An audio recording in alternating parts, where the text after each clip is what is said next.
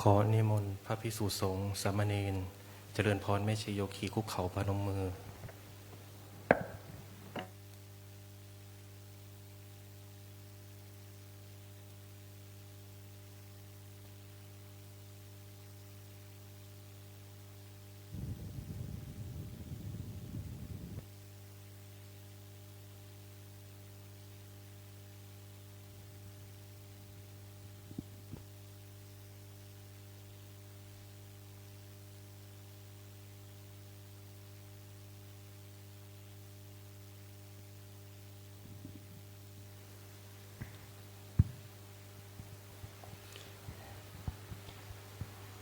บูชาพระรัตนตรัย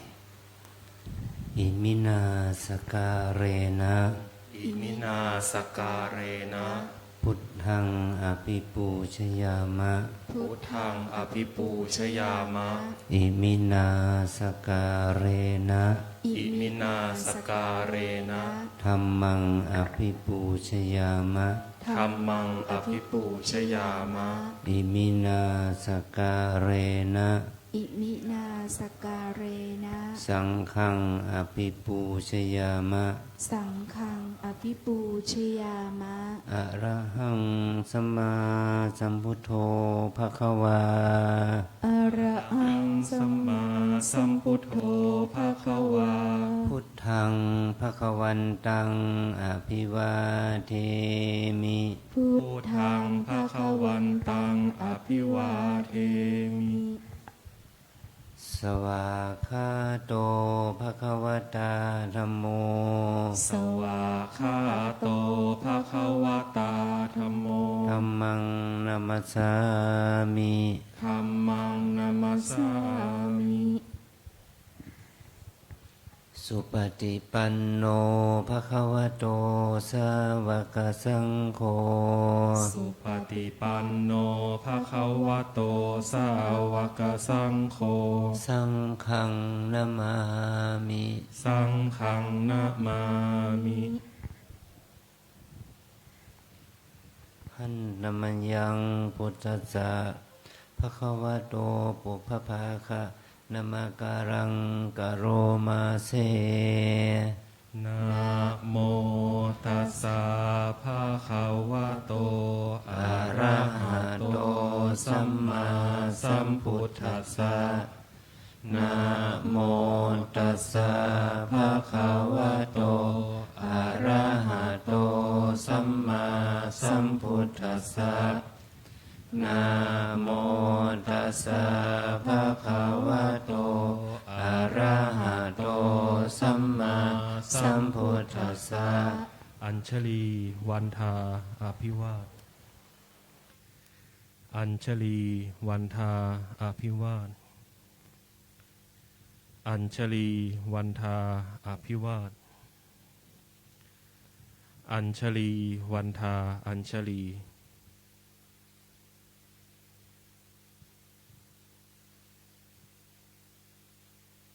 เรียนเชิญคณะแม่ชีโยคีทุกท่าน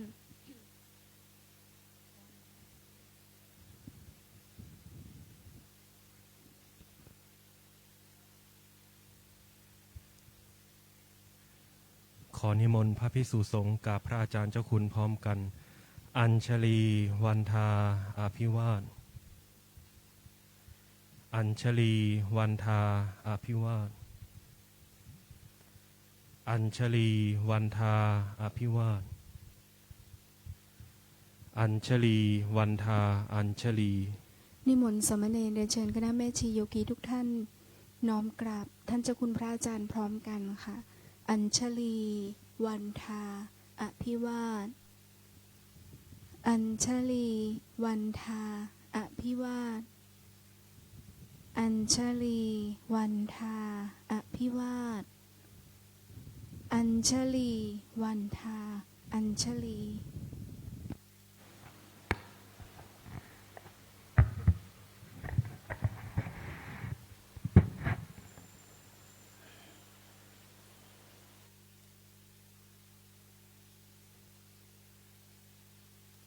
ขออนุโมทนาต่อกุศลศรัทธา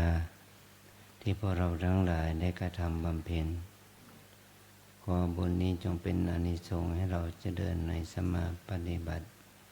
เพื่อความดับทุกข์เพื่อพระนิพพานเป็นที่สุด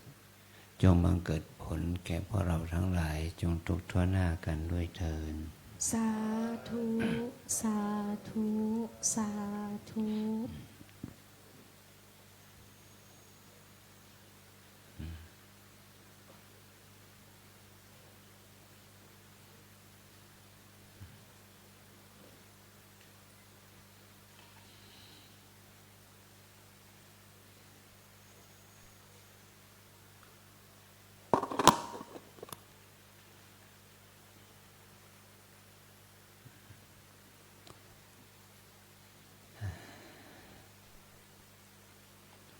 วันนี้เป็นวันสุดท้ายของเดือนตุลาคมวันที่31เดือนตุลาคมอะไรจะมีอะไรมากมายที่เกิดขึ้นในช่วง31วันนี้ทั้งโสดนารกรรม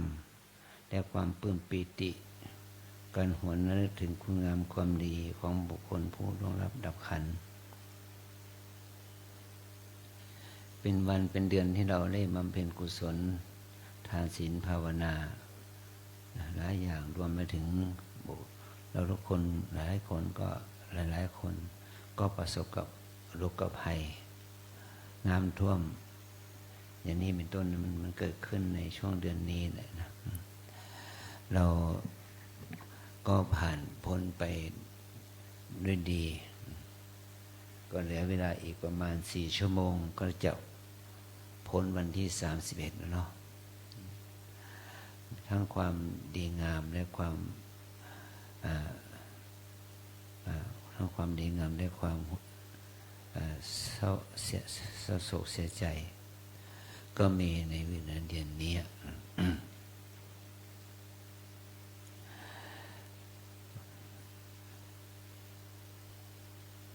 พระธรรมคำสั่งสอนของพระสัมมาสัมพุทธเจ้า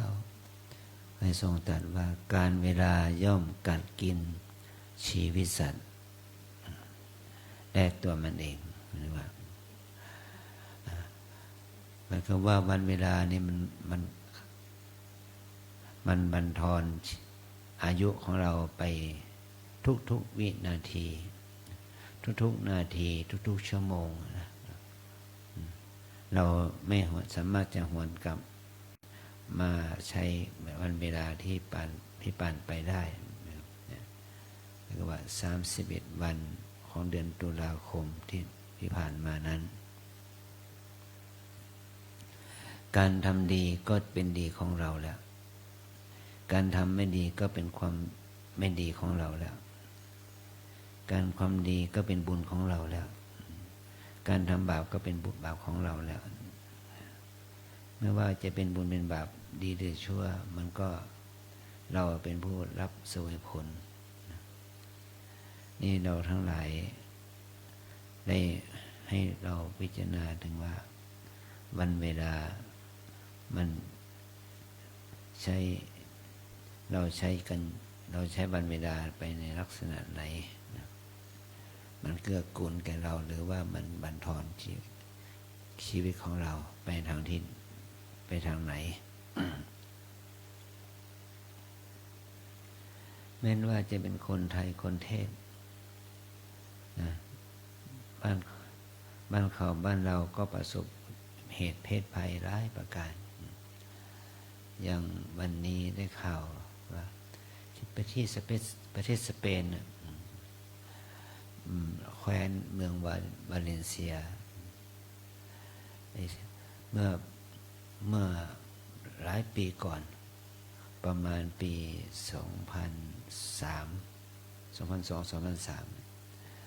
อาจารย์พร้อมด้วยหลวงปู่เนี่ยได้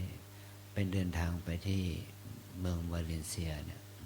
ไปสอนกรรมฐานที่นั่นจากเยอรมันก็ไปวาเลนเซียมีลูกศิษย์นิมนต์ไปสอนกรรมฐานแล้วก็เลยมีความทรงจำเกี่ยวกับเมืองนี้นิดหน่อย แต่วันนี้ว่าเมืองมาเลเซียนะฝนตกหนักนะ8 ชั่วโมงเนี่ยมันเท่าไหร่400 กว่ามิลลิเมตรเท่ากับทั้งฝนตกอย่างเนี้ยมันเท่ากับมันก็มากกว่าทั้งปีของปีก่อนๆโอ้ฝนตกน้ำท่วมน้ำไหลทั้งคนทั้งรถคนก็มีการล้มตายกัน60 กว่าคนเจ็บไข้ได้ป่วยกันเป็น100 กว่าคนแล้วก็ทรัพย์สินเงินเสียหายรถยานพาหนะแล้วก็มาเรือนละเสียหายไปมากมายเนี่ยมันเป็นเฉพาะกิจนะวาเลนเซียเป็นเมืองที่อยู่เขตเมดิเตอร์เรเนียนโซนทะเลเมดิเตอร์เรเนียนมันก็ได้ทราบข่าวนี่ก็สลดใจสังเวชใจใช่ว่าเป็นอุทกภัยอย่างรุนแรงฝนตกประมาณ8 ชั่วโมงตกหนักแต่มันเมื่อว่าโดยเป็น400-500 มิลลิเมตรเนี่ยนี่มันจะน้ำจะหลากหลายแค่ไหนบ้านเรานี่ก็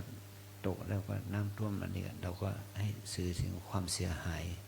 อย่างมากมายแต่เขาอย่างนั้นเขายิ่งกว่าเราอีกนะเสียหายอย่างมากมาย อันนี้ความเป็นจริงของสัตว์โลกนะบางท้องถิ่นบางท้องที่ที่ธรรมชาติมันเจาะมันเหมือนกับมันเจาะจงลงไปให้คนและสัตว์ในบ้านนั้นเมืองนั้นในท้องถิ่นนั้นได้รับผลกระทบทางสิ่งแวดล้อมอย่าง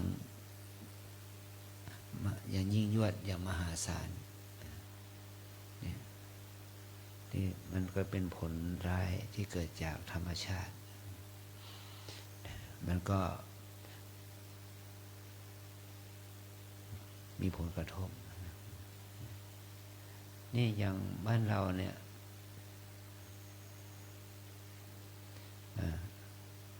น้ำมันก็สูญเสีย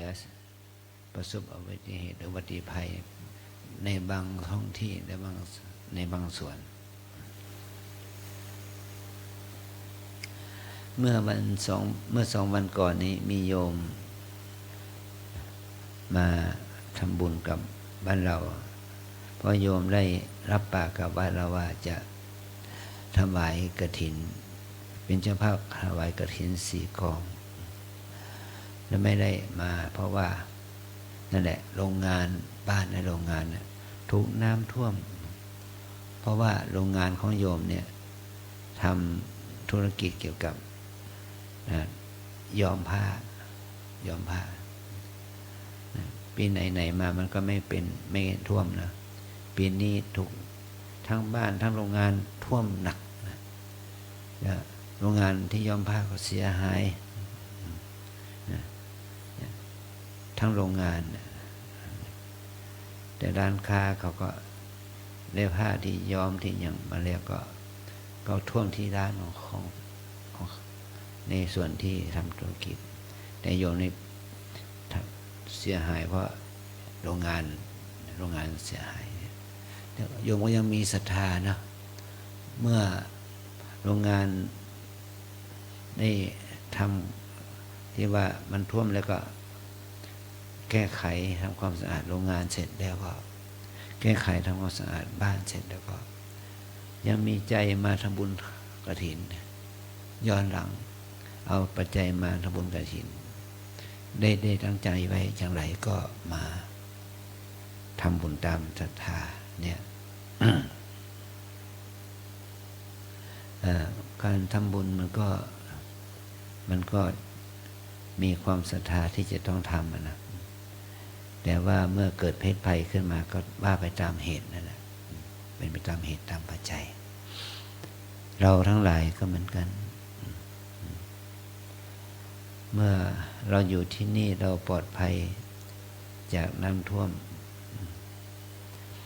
มันเป็นเราปลอดภัยไปแล้ว เราช่วยเหลือเกื้อกูลสังคมและวัดวาอารามพระสงฆ์ไปเลยแต่วัดเหล่านั้นบางวัดก็เสียหายพื้นที่เขาของเครื่องใช้ในวัดหมดไปเยอะแยะมากมายที่วัดหนึ่งคือวัดประแห้งเป็นวัดที่เขามีศาลาบำเพ็ญกุศลศพ4ศาลาทุกๆศาลาก็ทำเป็นห้องติดเครื่องปรับอากาศนี่มีโต๊ะมีเก้าอี้อะไรอย่างดีนะแต่พอถูกน้ำท่วมเข้าให้นะเสียหายทุกศาลาโต๊ะเก้าอี้เสียหายหมดเอาของเครื่องใช้เสียหายหมดนะถ้าคิดเป็นมูลค่านะเป็นล้านแต่เขาก็มีผลประโยชน์ที่ว่าญาติโยมก็เอาศพไปไว้ที่ศาลาวัดที่ศาลานั่นแหละที่ในวัดนั่นแหละเขาก็ได้ประโยชน์อยู่แต่เขาก็ให้ความสงเคราะห์ญาติโยมก็ได้ประโยชน์อยู่เขาก็มีทางมาทางไปมีทางได้ทางเสียนะนี่มันก็มีแล้วก็เราทั้งหลายก็ต้องอาศัยเหตุเกื้อกูลกันนี่ว่าเพศภัยมันก็มีกันทั่วหน้าเนี่ยเพราะเรามาอยู่ที่นี่เรายังไม่มีเพศภัยนะธันวาพฤศจิกาธันวามกรากุมภามีนาเมษาพฤษภาเราจะมีเพศภัยอย่างหนึ่งก็คือว่าเกิดหมอกควัน PM 2.5 นะหมอกควันขนาดที่ห่างจากเราไปประมาณ100 เมตรหรือประตูวัดเนี่ยมองอะไรเกือบไม่เห็นละก็มีหมอกมีควันไปหมดมีผลกระทบทั้งตัวเมืองเชียงใหม่ทั้งแต่ละอำเภอเนี่ย25 อำเภอเขาก็รายงานระดับหมอกควัน PM 2.5 เนี่ยมาจุดไหนจะต้องใช้แมสใช้หน้ากากอนามัยบ้างแต่ก็มีส่วนเสียที่ว่าบางที่ก็300-400ดูตัวเลขเนาะ PM 2.5 มันมีจำนวนมากก็ถ้าคืนไม่เอาแมสมันมาหน้ากากอนามัยใส่เข้าไปแล้วก็เข้าสู่ปอดสู่อะไรไปต่อหัวใจต่อสมองมีผลเสียต่อร่างกายมากมายที่เป็นมูลค่าหาประมาณไม่ได้นะเพราะว่ามันเรื่องของสุขภาพเนี่ยเดือนกุมภามีนาเมษาพฤษภาเนี่ยนะจนถึงมิถุนาเนี่ยวันเราก็เจอเพศภัยหมอกควันอย่างนี้นะไม่มีใครจะมาช่วยเหลือเราได้นอกจากตัวเราเองนะเราก็ต้องทำกิจนี้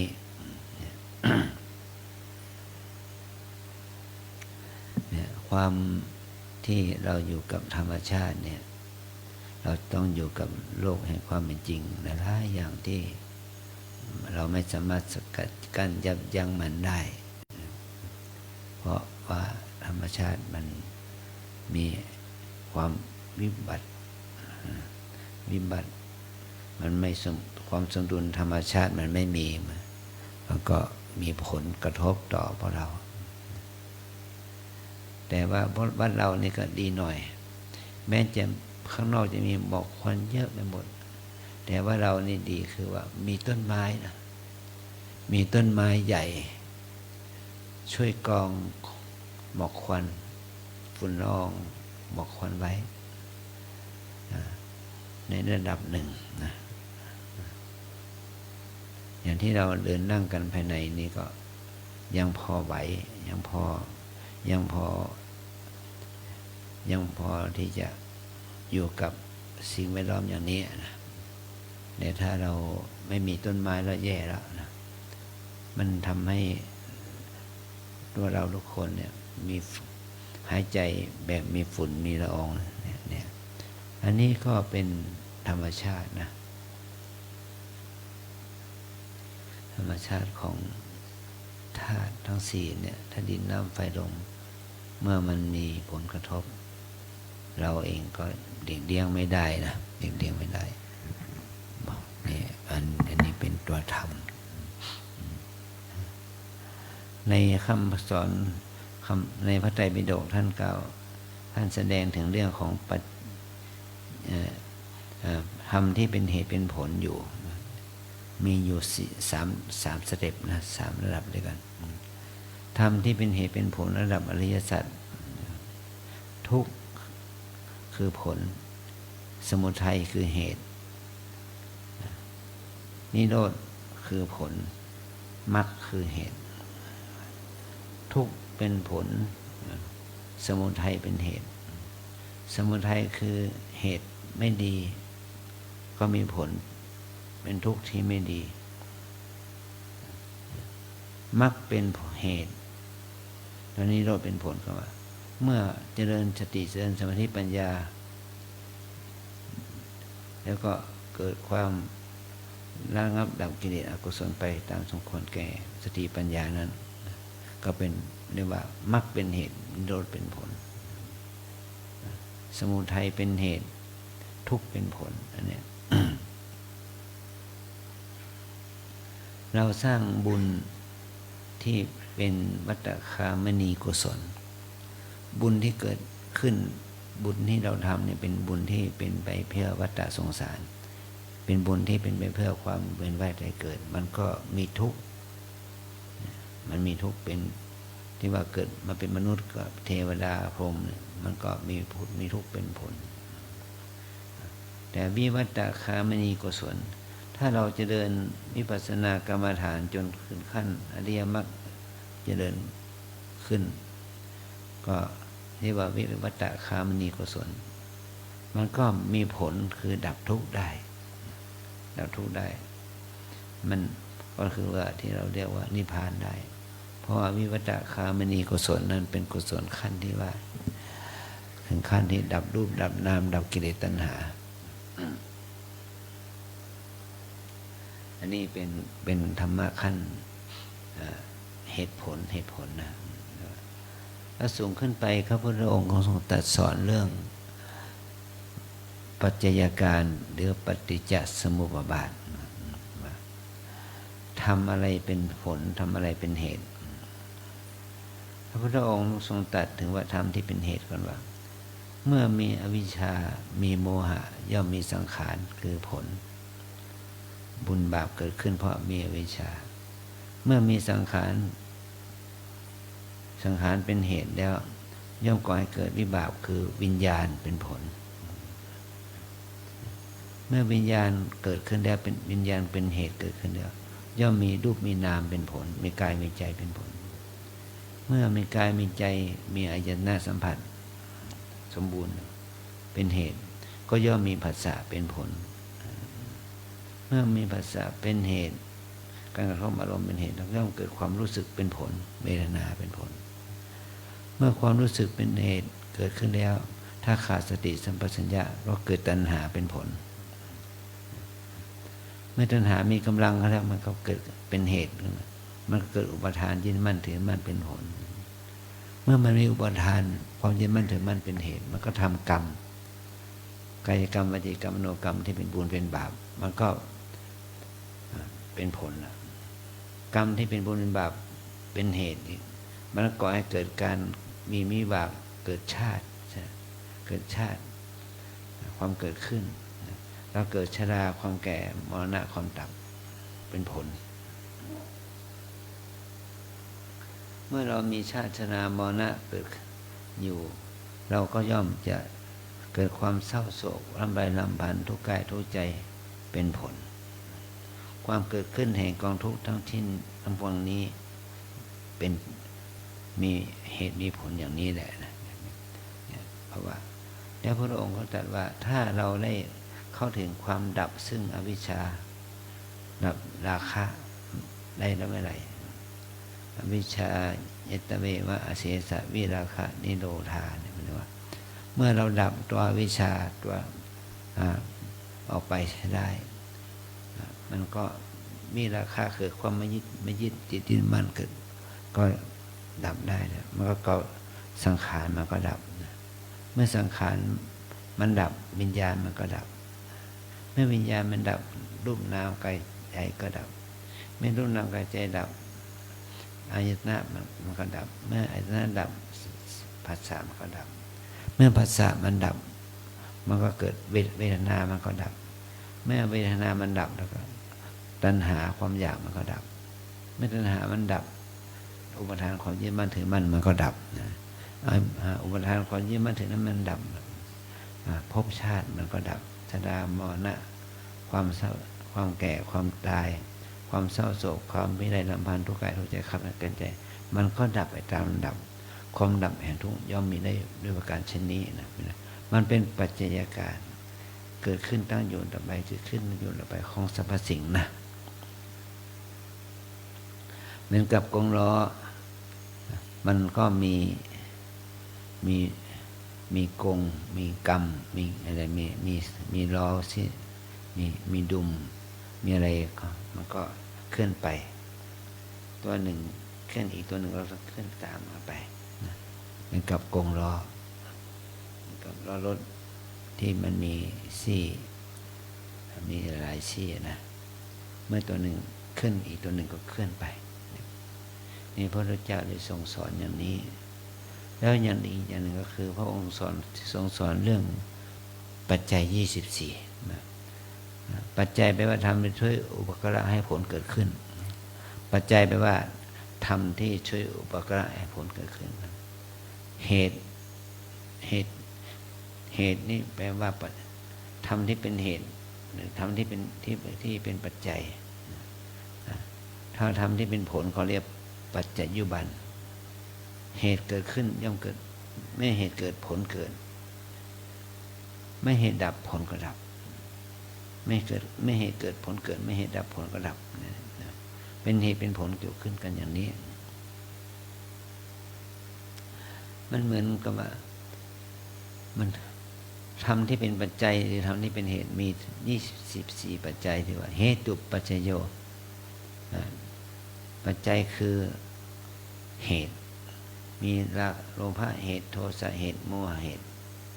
อโลภะเหตุอโทสะเหตุอโมหะเหตุเหตุไม่ดีก็เกิดผลไม่ดีเหตุดีก็เกิดผลดีเหตุเกิดขึ้นผลจึงเกิดขึ้นอย่างนี้เหตุปัจจัยถ้าเรามี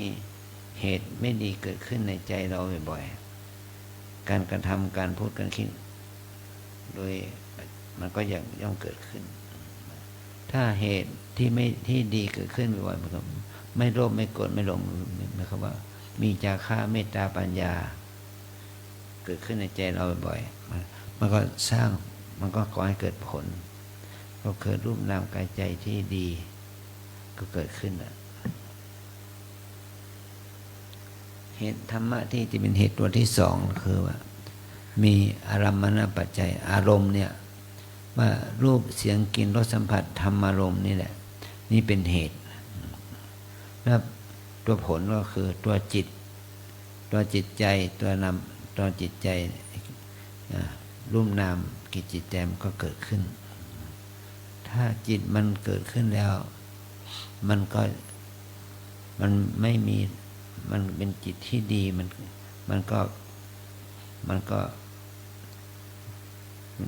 เป็นผลเป็นสุขนะแต่ถ้าเหตุที่ไม่ดีอารมณ์ที่ไม่ดีกิเลสมันเกิดขึ้นมันผลมันก็เป็นทุกข์ก็เกิดขึ้นเนี่ยอารมณ์ก็เป็นเหตุนะผลก็คือจิตที่เรารู้อารมณ์นั่นแหละแล้วก็เป็นไปตามกระแสวิบากบุญบาปมันก็เกิดขึ้น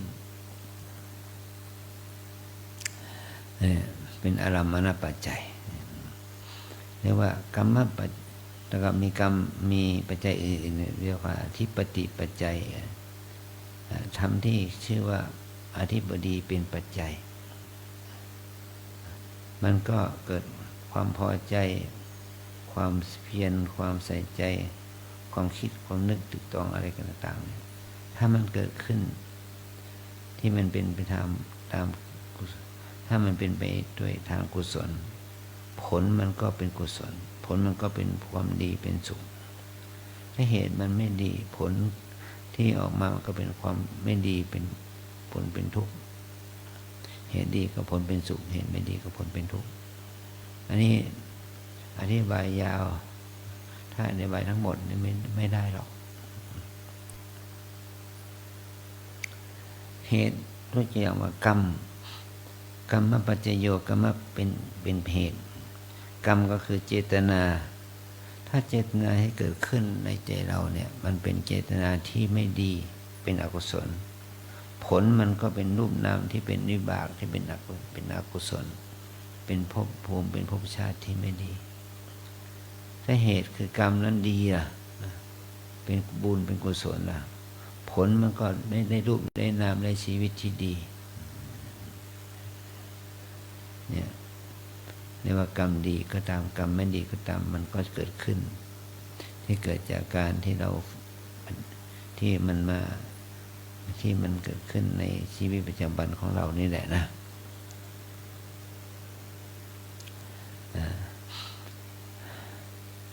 อย่างก็ยกอย่างว่าเรามีชีวิตอยู่อย่างนี้มีชีวิตอยู่อย่างนี้มันก็เหตุคืออะไรล่ะคืออารมณ์รูปเสียงกลิ่นรสสัมผัสผลคืออะไรก็คือจิตที่รับรู้ทำงานในทวารทั้งหกนี่แหละมันก็ยินดีบ้างยินร้ายบ้างเพราะจิตนั้นมันเกิดขึ้นได้ขึ้นเพราะว่ามีอารมณ์มากระทบเมื่อจิตนั้นมีอารมณ์มากระทบมันก็เกิดผลนะเกิดผลนี่ก็ยินดียินร้ายชอบไม่ชอบบุญบาปมีอยู่กับเราทุกคนถ้าเราเข้าใจเข้าใจสัจธรรมอย่างนี้เราดำเนินชีวิตโดยการประพฤติปฏิบัติธรรมอย่างนี้มันก็เราเข้าใจเหตุผลแล้วก็สามารถดำเนินชีวิตได้อย่างมีสามารถดำเนินชีวิตได้อย่างราบรื่นเมื่อเราดำเนินชีวิตได้อย่างราบรื่นเนี่ยมันก็บุญกุศลของมันก็เกิดขึ้นมันบุญกุศลเกิดขึ้นก็ทำให้การดำเนินชีวิตได้เป็นไปด้วยดีทั้งแก่ตนและแก่คนอื่นเนี่ยมันมีสภาวะธรรมหลายอย่างนะเหมือนกับว่าเรามีเสียงกระทบหูน่ะมีเสียงก็กระทบกับหูกระทบกับโสตประสาทย่อมเกิดการได้ยินมันก็เกิดขึ้นการได้ยินเกิดขึ้นแล้วก็ถ้าเราก็มีความรู้สึกเป็นบวกกับการได้ยินกับเสียงนั้นมันเป็นบุญสติสมาธิมันก็เกิดขึ้นถ้าเสียงกระทบหูยกอย่างว่าเสียงไม่ดีนะเสียงด่าเสียงว่าพอเกิดการได้ยินก็กระทบหูแล้วก็มันเกิดความชอบไม่ชอบเกิดขึ้นเกิดความไม่ยินร้ายเกิดอกุศลนิรกรรมเกิดขึ้นเพราะการได้ยินนั้นแล้วก็พฤติกรรมที่ติดตามมาก็คือกายกรรมวจีกรรมมโนกรรมมันก็เกิดขึ้นในทางที่เป็นบาปในทางที่เป็นบุญถ้ากายกรรมวจีกรรมมโนกรรมนี่เป็นบาปแล้วเป็นทุจริตแล้วมันก่อให้เกิดทุกข์ถ้ากายกรรมวจีกรรมมโนกรรมที่มันเกิดขึ้นเป็นบุญนะมันก่อให้เกิดสุขนี่นะคือตัวสัจธรรมนะเป็นตัวอกุศลก็ได้เป็นตัวอกุศลก็ได้อย่างเนี้ยเราอยู่ในแวดวงสิ่งแวดล้อมที่เกี่ยวกับศาสนาที่เกี่ยวกับการปฏิบัติต่างคนต่างสังวรระวังกายวาจาของตนแล้วก็ใจของเราก็พยายามมีสตินะนี่เราสร้างเงื่อนไขที่ดีเกิดขึ้นเมื่อบุญเกิดขึ้นบุญเกิดเป็นมโนกรรมบุญนั้นเป็นมโนกรรมนะเมื่อบุญเกิดขึ้นบุญเป็นมโนกรรมแล้ว ก็ทำให้กายวาจาของเราดีไปด้วยกายก็พฤติกรรมทางกายก็เป็นสุขพฤติกรรมทางวาจาก็ดีเป็นสุขเหมือนกันไม่ว่าวจีกรรมก็เป็นวจีกรรมที่เป็นสุจริตกายกรรมก็เป็นกายกรรมสุจริตเพราะมโนกรรมมันสุจริตนะก็ทำให้เราทั้งหลายอยู่ด้วยกันอย่างดีอย่างมีสันติสุขคนอื่นได้ยินได้เห็นได้ฟังก็ทำให้ดีไปด้วยและเราทำกิจกรรมต่างๆทานศีลภาวนาซึ่งเป็นกระแสบุญเนี่ยเมื่อเราได้ทำกรรมประเภททานศีลภาวนาเมื่อเราทำแล้วก็ทำให้คนอื่นมีความสุขทำให้คนอื่นมีความสุขที่ดีเกิดขึ้นแม้แต่เราทั้งหลายก็พลอยยินดีไปด้วยนะกุศลธรรมมันก็เกิดขึ้นเรียกว่ากระแสสิ่งแวดล้อมมันเกื้อกูลให้เรานั้นได้สิ่งแวดล้อมที่ดีการทำการพูดของเราก็ไปทางที่ดีขึ้นบุญกุศลก็เกิดขึ้นนะเนี่ยเพราะว่าสิ่งแวดล้อมมันเอื้อให้เราได้ทำได้พูดได้คิดอย่างนี้เรียกว่าบ้านเราเนี่ยบริเวณบ้านเราเนี่ยหรือว่าบ้านเราเนี่ยถือว่ามันเหมือนกับว่าเป็นสิ่งแวดล้อมที่ก่อให้เกิดกระแสบุญกระแสกุศลให้เกิดขึ้นมาแม้แต่เรามาทำกิจกรรมเวียนเทียนเนี่ยเราเวียนเทียนเพื่อทำให้จิตใจเราผ่องใสเมื่อเราเวียนเทียนนะครับแม้เรานึกถึงพระพุทธเจ้านึกถึงพระธรรมนึกถึงพระสงฆ์เมื่อเรานึกถึงพระพุทธเจ้าพระธรรมพระสงฆ์อยู่ จิตใจเราน้อมนึกถึงพระรัตนตรัยจาคะเมตตาปัญญามันก็จะเดินขึ้นคุณงามความดีบารมีธรรมมันก็จะเดินขึ้นความบุญกุศลมันก็งอกงามขึ้นงอกเงยขึ้นมันก็ให้เกิดผลเป็นบวกมันเป็นผลเป็นบวกมันก็จะเกิดขึ้นมา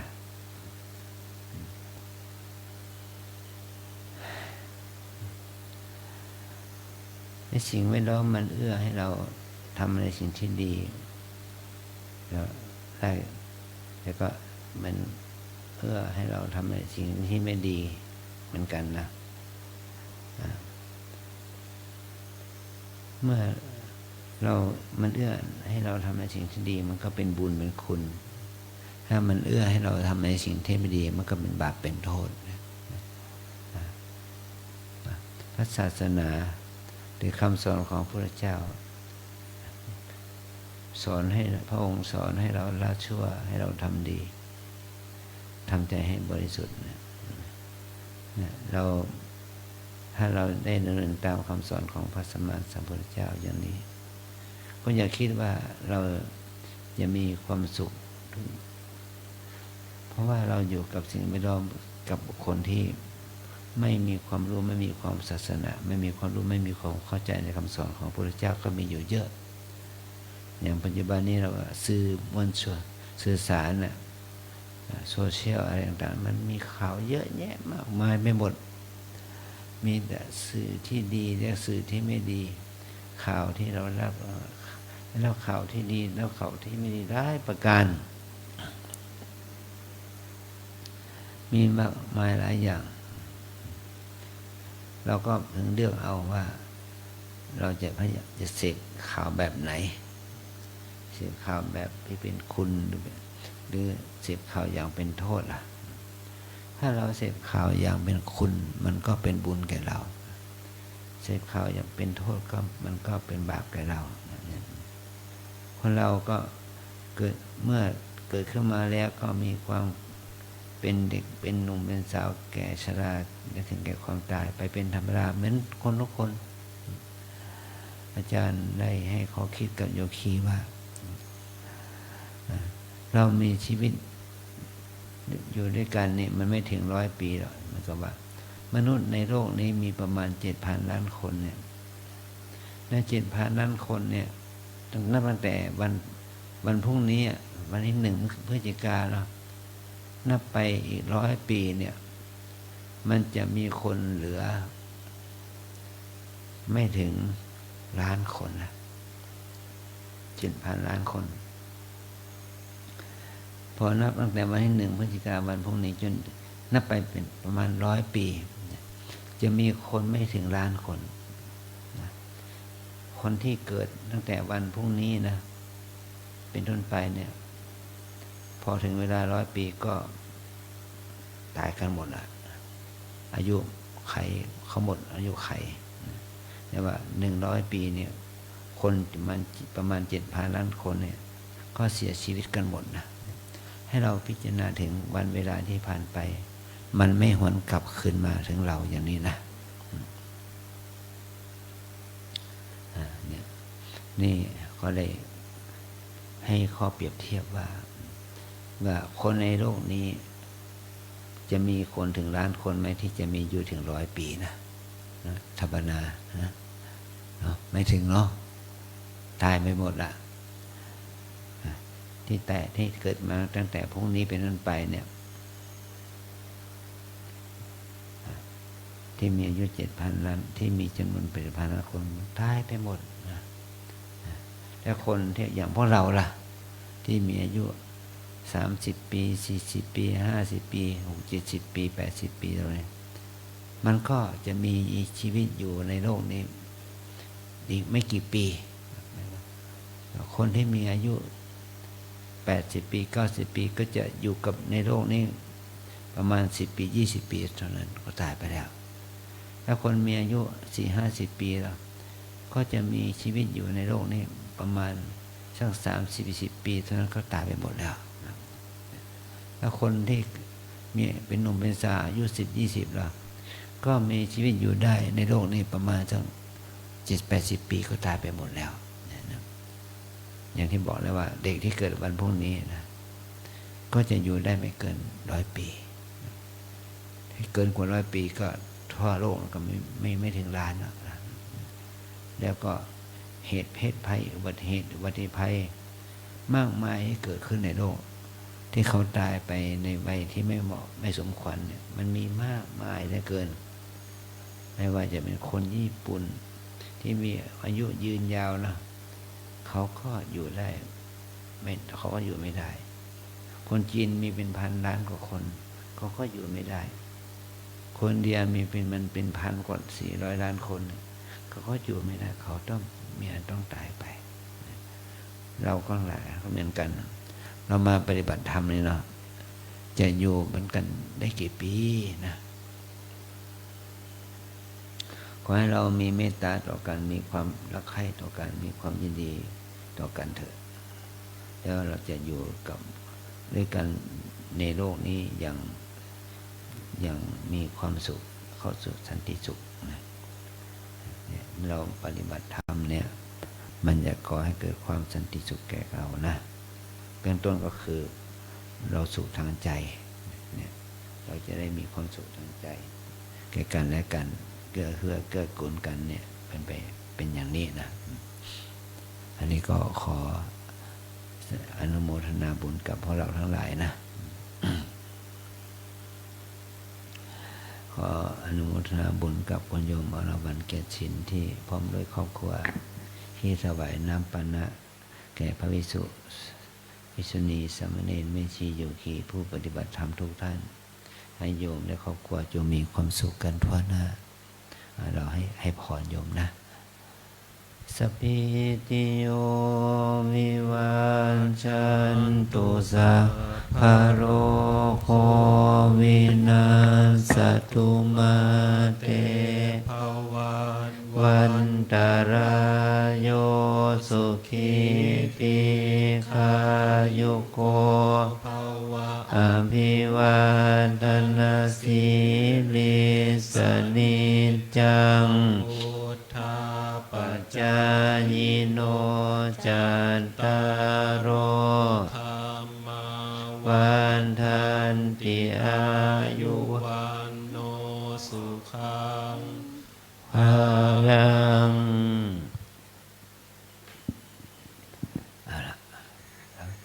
ร้อมกันเวียนเทียนนะ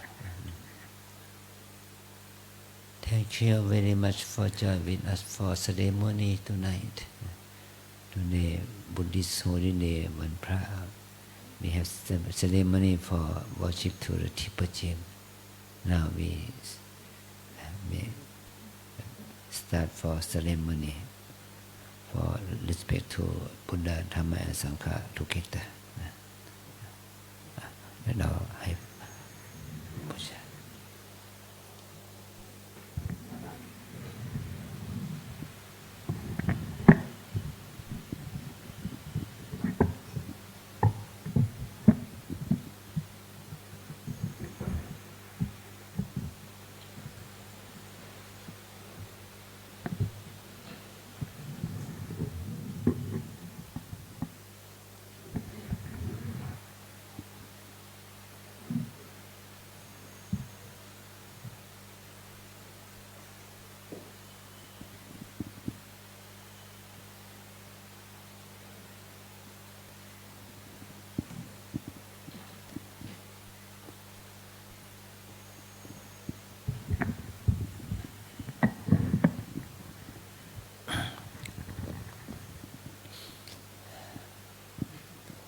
เราบูชาพระรัตนตรัยนะอิยะมัมหะโขมะยัง ยะมัมหะโขมะยัง ภะคะวันตัง ภคะวันตัง สรณังคตา สรณังคตา เราเป็นผู้ถึง เราเป็นผู้ถึง พระผู้มีพระภาคเจ้า พระผู้มีพระภาคเจ้า พระองค์ใด พระองค์ใด ว่าเป็นสรณะ ว่าเป็นสรณะ โยโนภะคะวาสัทธา โยโนภควาสัทธา พระผู้มีพระภาคเจ้า พระผู้มีพระภาคเจ้า พระองค์ใด พระองค์ใด เป็นศาสดาของเรา เป็นศาสดาของเรา ยสัจจะมะยัง ยะสัจจะมะยัง ภะคะวะโตธัมมัง ภควโตธัมมัง โปรเจมะ โรเจมะ และเราชอบใจ แลเราชอบใจ ธรรมของพระผู้มีพระภาคเจ้า ธรรมของพระผู้มีพระภาคเจ้า พระองค์ใด พระองค์ใด อิเมหิ อิเมหิ สกการะหิ สักการเรหิ ตังภะคะวันตัง ตังภควันตัง สะธัมมัง สะธัมมัง สะสังฆัง สะสังฆัง อภิปูชยามะ อภิปูชยามะ เราตั้งใจบูชา เราตั้งใจบูชา พระผู้มีพระภาคเจ้า พระผู้มีพระภาคเจ้า พระองค์นั้น พระองค์นั้น พร้อมทั้งพระธรรม พร้อมทั้งพระธรรม พร้อมทั้งพระสงฆ์ พร้อมทั้งพระสงฆ์ ด้วยเครื่องสักการะทั้งหลายเหล่านี้ ด้วยเครื่องสักการะทั้งหลายเหล่านี้ อะระหังสัมมาสัมพุทโธภควา อะระหังสัมมาสัมพุทโธภควา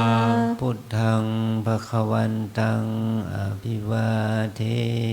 มิ พุทธังภควันตังอภิวาเทมิ สวากขาโตภควตาธัมโม สวากขาโตภควตาธัมโม ธัมมังนัมสสามิ ธัมมังนัมสสามิ สุปฏิปันโนภควโตสาวกสังโฆ สุปฏิปันโนภควโตสาวกสังโฆ สังฆังนามามิ สังฆังนะมามิ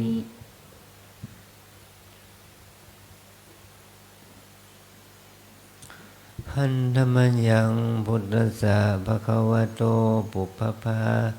คณมการังกโรมาเส นะโมตัสสะ ภะคะวะโตอะระหะโต สัมมาสั สั ม ม พุ พุ ท ท ธั ธั ส ส สะ สะนะโมตัสสะภะคะวะโตอะระหะโต สัมมาสั สั ม ม พุ พุ ท ท ธั ธั ส ส สะ สะ นะโมตั ตั ส ส สะ สะภะคะวะโตอะระหะโต สัมม มาสัมพุทธัสสะหันธรรมยังพุทธานุสตินยังกะโรมาเสอิติปิโสภะคะวาอะระหังสัมมาสัมพุทโธวิชชาจารณสัมปันโนสุขโตโลกวิทูอนุตตโรปุริสธรรมสารถิสัทธาเทวมนุษย์สานังพุทโธภควาติกายเยนะวาจายวเจตสาวาพุทเทกุกัมมังปะกตังมายายังพุทโธปฏิคันหตุอัจจยันตังการันตะเรสังวริตุงวะพุทเทหันธรรมยังธรรมานุสตินยังกะโรมาเสสวากขาโตภะคะวะตาธัมโมสันทิฏฐิโกอากาลิโกเอหิปัสสิโกโอปานายิโกปัจจัตตังเวทิตาโพวินโยหิติกายเยนะวาจายวเจตสาวา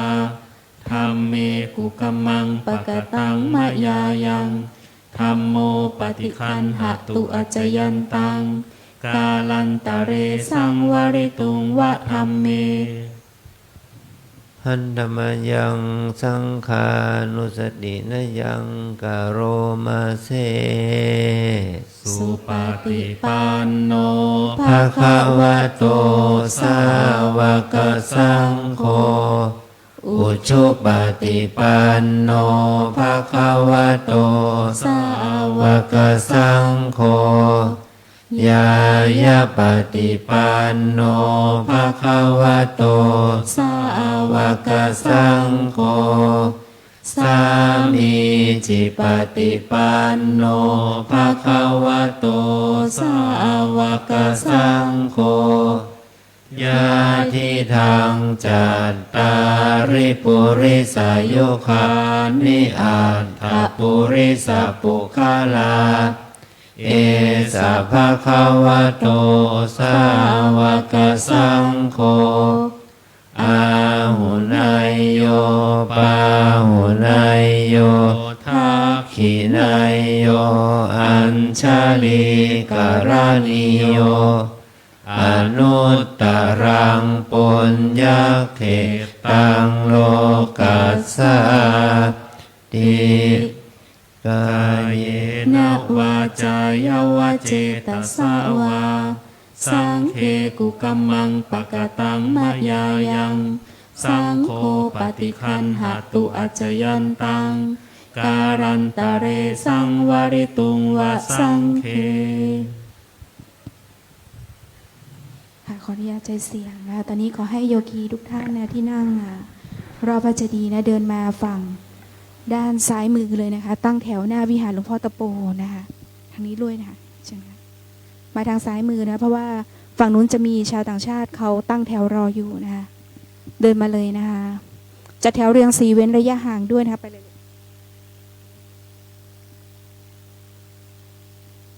ต่อท้ายสามเณรพระภิกษุสามเณรนะแม่ชีขึ้นมาด้านหน้านะคะ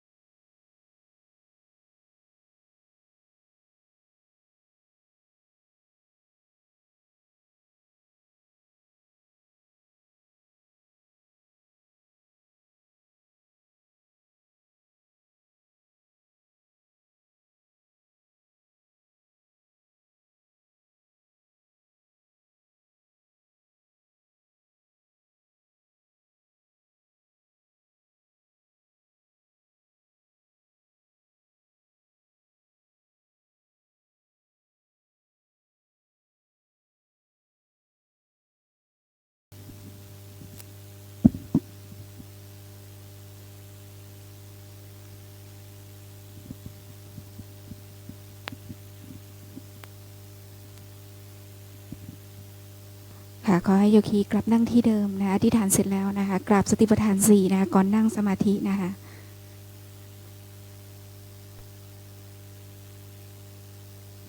เดี๋ยวพระอาจารย์นะเจ้าคุณท่านจะให้สัญญาณนะคะก็ญาติโยมที่มาจากด้านนอกนะก็อย่าเพิ่งกลับนะนั่งสมาธิก่อนนะคะ